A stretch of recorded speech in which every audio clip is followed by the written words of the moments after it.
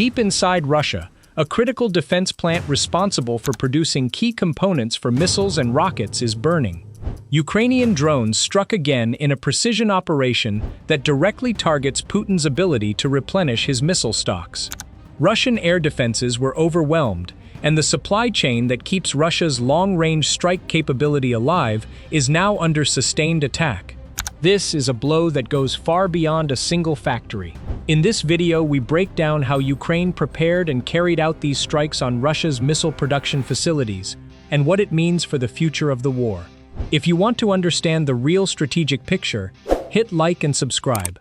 The preparation for attacking Russia's missile supply chain was methodical and intelligence-driven.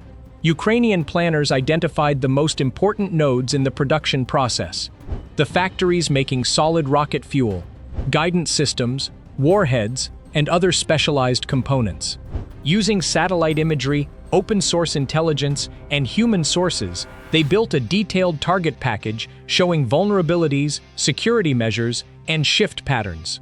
With support from recent Western aid packages, Ukraine scaled up production of long-range attack drones and improved their accuracy and survivability. Engineers focused on systems capable of flying hundreds of kilometers while carrying effective payloads. Operators received specialized training on deep strike missions, learning how to penetrate layered air defenses and strike moving or time-sensitive targets. A key part of the preparation involved timing. Ukraine waited for moments when Russian air defenses were stretched thin by other operations, or when factories were operating at full capacity with maximum material on site. They also studied previous strikes to understand how Russia repaired damage and adjusted defenses, allowing them to plan more effective follow-up attacks. The execution of these strikes shows growing sophistication. Operations typically begin with reconnaissance drones mapping current defenses and confirming target activity. Then multiple waves are launched.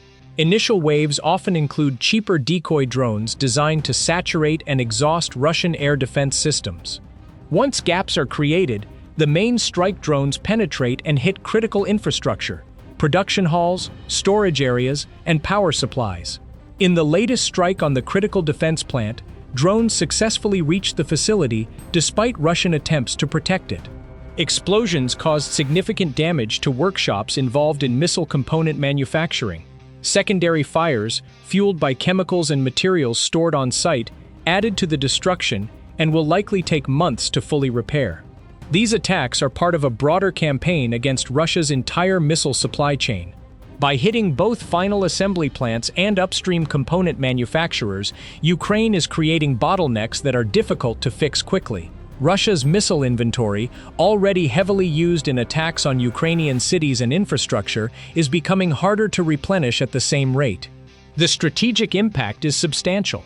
Every destroyed production line means fewer Iskander, Kalibr, or Kinzhal missiles available for future barrages.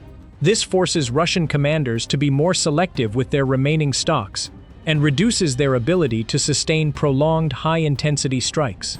It also puts pressure on Russia's already strained defense industry, which is struggling to replace losses while under sanctions.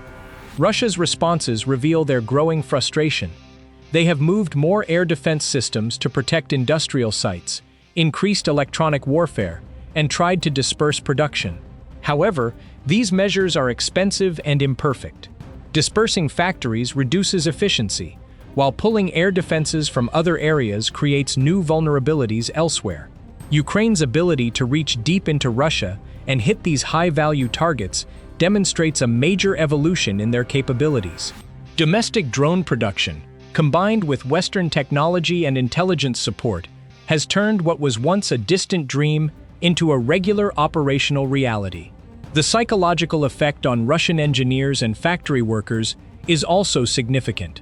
No rear area feels truly safe anymore. This campaign against the missile supply chain perfectly complements Ukraine's other efforts: pressure on logistics routes to Crimea, strikes on airfields, and containment in the north. Together, they form a comprehensive strategy aimed at reducing Russia's overall combat effectiveness rather than just fighting them directly on the front lines. As these strikes continue, Putin faces an uncomfortable reality. His missile advantage, once a key pillar of Russian strategy, is being systematically eroded. Rebuilding destroyed facilities takes time, money, and resources that Russia is finding harder to allocate. The attack on this critical defense plant is another clear sign that the war is shifting deeper into Russia's territory, where their vulnerabilities are most exposed. What do you think? How long can Russia sustain missile production under this kind of pressure? And will it force them to change their overall war strategy? Leave your comments below. If you want more detailed breakdowns of these strategic strikes and their impact, like this video, share it, turn on notifications so you stay informed on every major development. Thanks for watching. The pressure on Russia's war machine keeps growing, and we'll continue bringing you the unfiltered truth. See you in the next update.